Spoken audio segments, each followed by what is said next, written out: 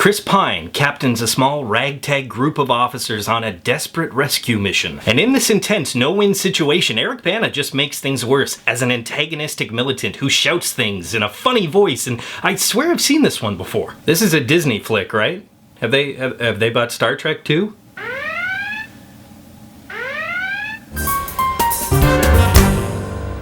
Part of me wishes there was a little more Trek in this movie, because having Bones as part of the Coast Guard would be amazing. Don't pander to me, kid. The ocean is nausea and moisture wrapped in tempestual cruelty. On the surface, The Finest Hours seems to be another wave in the endless surf, just another entry in a strange recent trend of oceanic survival tales. We get it, Hollywood. The ocean sucks. We should just all kill it slowly by dumping our oil, toxic waste, and feces in it. 180 million tons a year? Jesus, and here I thought the biggest ocean-related dump was that last Pirates sequel. When I reviewed Pirates 4, another Disney movie I might add, I argued that the story didn't work because it was all too familiar. It was very much derivative and very much uninspired. And while I realized that comparing The Finest Hours to any other film, let alone a Pirates movie, is unfair, the familiarity factor is still very much there. Luckily, not unlike the ocean, this film had some hidden depths. Now, that's not to say that the movie didn't suffer from Disney-itosis. It had a raging case of predictable Disney formula that would enrage every sarcastic, self-entitled Star Wars purist. But the fact is, we have to remember that while it may be predictable in a lot of respects, they can still balance it with some surprises. Chris Pine was one of those surprises. Now, as much as I've enjoyed his performances in Into the Woods, Jack Ryan, and especially Star Trek, let's face it, he is a tiny bit typecast. He always plays charming yet cocky men of action. Let's see. Nope, this is an original character for him. In The Finest Hours, Pine's Bernie Weber is a timid man, afraid to make mistakes or dive into scary situations. But while this soft-spoken man may not be a man of action, he is very warm, and I found myself connecting with his character more than any other of Pine's past performances. Chris Pine also found himself with a lot to work with, as his co-stars on screen were also up to the task. Casey Affleck, especially as Ray Siebert, the engineer fighting for survival, was just as relatable, and I very much enjoyed that they both had their own separate story for most of the film. I also enjoyed that these two protagonists and their stories mirrored one another on polar ends of the same spectrum. Weber starts off as a man of fate, but by the end of the story realizes that only he controls his own destiny. And Siebert is a man who is always trying to gain control of the situation, always planning and staying one step ahead. You could say he was kind of like a little Batman. Pine's best scenes comes with on-screen love interest Holiday Granger, who plays Miriam, Bernie's stubborn and strong-willed fiancée. And while I wasn't really sold on Granger's performance, the chemistry between the two was very much believable. I guess in this movie, Disney had Prince Charming hook up with the wicked stepsister. I thoroughly enjoyed Pine's performance, especially because for the first time I felt he's trying to reinvent himself as an actor, even in the slightest. And that is why he is The Finest Hours for the win.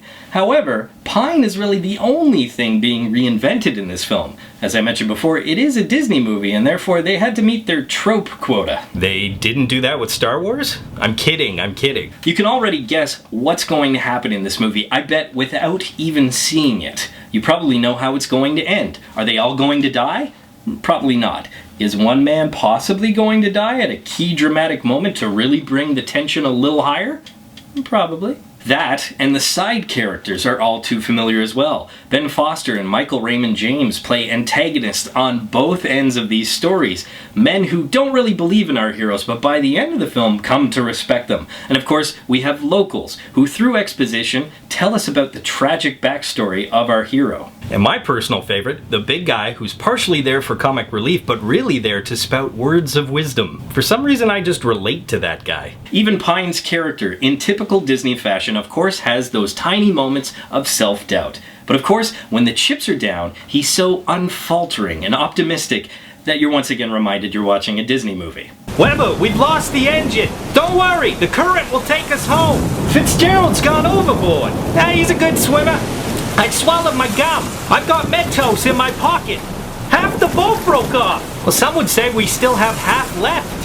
So sadly, yes, some of the characters are annoying, some are archetypes, or just past devices from other films, and some are Eric Bana. Hey listen, I want to like the guy. He even played the Hulk. Kind of.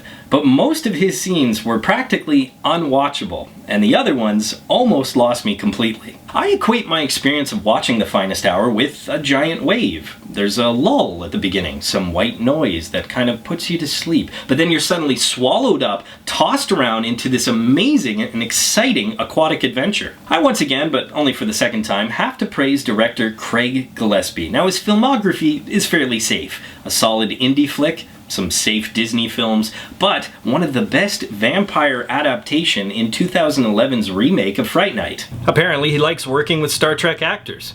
And failed Hulks. Yeah, that's right. I'm not done with you yet, Banna. But while Gillespie could have played it safe, he didn't. He took chances. And while the film could have lost me completely, it didn't. And I stayed interested.